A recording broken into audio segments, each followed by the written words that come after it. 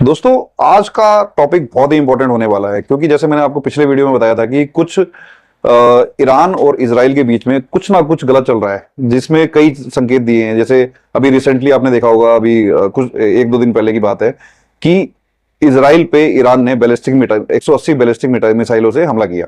अब 180 को काउंटर करने के लिए जो उनका डोम सिस्टम है वो भी पूरी तरीके से नहीं रोक पाया, जिससे इजराइल को काफी अच्छी खासी क्षति पहुंची है। तो उस नुकसान का बदला लेने के लिए जो उनके राष्ट्रपति हैं इजराइल के, नेतन्याहू, उन्होंने ये एक स्टेटमेंट दी है कि 48 घंटे के अंदर मैं कुछ ना कुछ ऐसा अंजाम दूंगा इनको कि इनको सबक सिखाऊंगा। मतलब कि आपको पता है इजराइल के सैनिक अटैक वगैरह किस तरीके से होते हैं। सारी आधुनिक उनके पास टेक्नोलॉजी है। और सैनिकों की बात करें, इसमें तो आजकल जो युद्ध जो जीता जाता है वो आधुनिक टेक्नोलॉजी से जीता जाता है। सैनिकों को लड़ने की जरूरत नहीं पड़ती है क्योंकि एक एक हजार किलोमीटर से, जैसे हम ईरान की बात करें, उसने बैलिस्टिक मिसाइल से हमला किया है, तो 1000 किलोमीटर दूर से अगर बंदा कोई अटैक कर सकता है तो सैनिक जाके क्या लड़ेंगे उसमें। ठीक है, तो कुछ बड़ा होने वाला है, तो इसके लिए हमें तैयार रहना पड़ेगा। अब अगर हम ये कहें कि अगर ये इन दोनों देशों के बीच में युद्ध छिड़ता है तो इसका क्या क्या खामियाजा नुकसान उठाना पड़ सकता है, अगर मैं, क्योंकि हम इंडिया के रहने वाले हैं तो हम इंडिया के पॉइंट ऑफ व्यू से हम बात करेंगे। तो इस टॉपिक के माध्यम से मैं आपको ये बताऊंगा कि क्या क्या इसका नुकसान हो सकता है।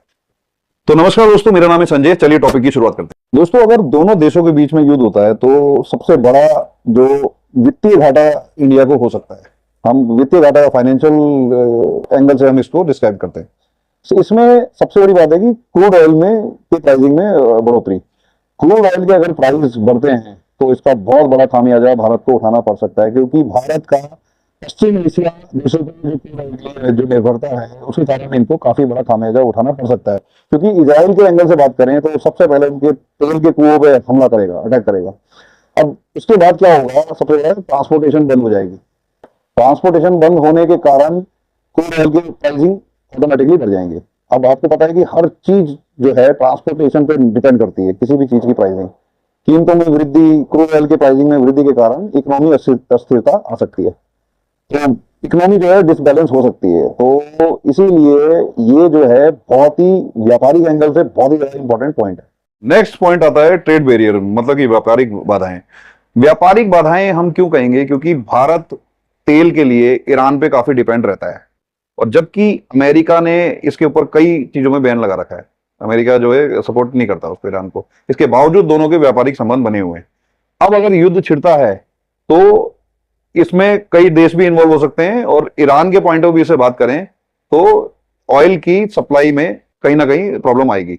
जैसे क्रूड ऑयल के रेट, जैसे मैंने पिछले पॉइंट में बताया था, कि बेहिसाब बढ़ेंगे, तो ये बहुत ही खतरनाक संकेत है। थर्ड, इसी का जो सेकंड पॉइंट में मान के चलूं तो वो ये हो सकता है कि जैसे शिपिंग मामलों में रुकावट। शिपिंग मामलों के एंगल से बात करें तो इंडिया का काफी इंपोर्ट और एक्सपोर्ट इससे काफी प्रभावित होगा, क्योंकि जो इजराइल से जो भी समुद्री मार्ग है वो बंद हो जाएगा, तो उससे हमारे इंपोर्ट और एक्सपोर्ट दोनों में जो शिपिंग की गतिविधियां होती है उसमें काफी दिक्कतें आएगी, जिससे ये हमारा जो है इंपोर्ट एक्सपोर्ट डाउन हो सकता है। इसका सबसे बड़ा फर्क क्या पड़ेगा कि इंटरनेशनल शिपिंग जो है उसकी कॉस्ट काफी इंक्रीज हो जाएगी।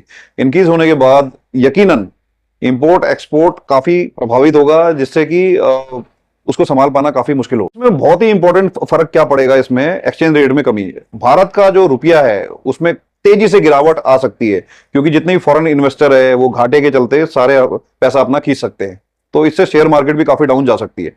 तो ये बहुत ही ज्यादा चिंता का विषय है, क्योंकि किसी भी इकोनॉमी को संभालने के लिए शेयर मार्केट पे डिपेंड रहना बहुत जरूरी होता है।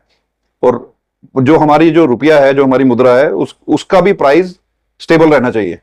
तो जहां उसका प्राइस गिरेगा तो ऑटोमेटिकली कहीं ना कहीं नुकसान देश को होगा। इसका आम जनता पे सीधा असर पड़ेगा।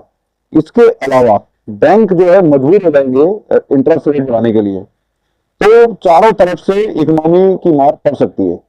फॉरेन इन्वेस्टमेंट पे असर, जैसा कि मैंने अभी पिछले पॉइंट में आपको बताया था कि आर्थिक स्थिरता के कारण जितने भी फॉरेन इन्वेस्टर हैं वो अपना अपना पैसा खींच लेंगे। इसका सबसे बड़ा असर जो पड़ेगा वो मैन्युफैक्चरिंग सेक्टर पे पड़ेगा। मैन्युफैक्चरिंग सेक्टर पे असर पड़ने का मतलब ये होता है कि डायरेक्ट की काम जनता को हिट करेगा, क्योंकि कई लोग जो है बेरोजगार हो जाएंगे इसके कारण।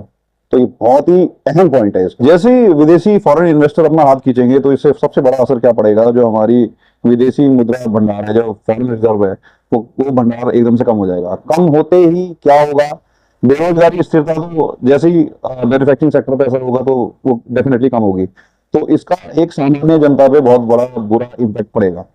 तो ये था इंपॉर्टेंट पॉइंट। लास्ट और बहुत ही अहम बिंदु ये है कि जो हमारे जो स्टॉक एक्सचेंज है उसमें भारी गिरावट हो सकती है। भारी गिरावट के साथ ही देश में स्थिरता आ सकती है। तो मतलब कंक्लूजन पे हम ये निकलते हैं कि युद्ध किसी भी देश के लिए अच्छा नहीं होता। अगर कोई दो देश आपस में लड़ते हैं तो इसका पूरे विश्व को खामियाजा भुगतना पड़ता है। तो हम अपने दिल से ये कामना करेंगे कि किसी तरीके से देश विश्व में अमन शांति की स्थापना हो और सभी देश मिलजुल के एक दूसरे के सहयोग से आगे बढ़े। तो ये था आज का टॉपिक। उम्मीद करता हूँ कि आपको अच्छा लगा होगा। अच्छा लगा हो तो लाइक कीजिए, बड़ी बड़ी संख्या में जोड़िए, सब्सक्राइब कीजिए, अपने दोस्तों में फैलाइए, क्योंकि आपके सपोर्ट की मेरे को बहुत जरूरत है। धन्यवाद।